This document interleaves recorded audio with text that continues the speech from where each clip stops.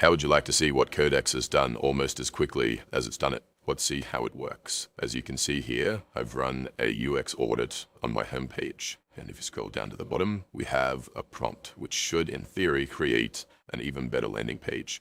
So let's copy this into Codex. We'll quickly write underneath it, make a index.html single page. Now all we have to do is add good MCP and copy this snippet and hit run. After 2 minutes, you have a page that looks just like this. Sometimes the URL works properly, and eventually I'll find a prompt that prevents stuff like this. But if you go to the URL,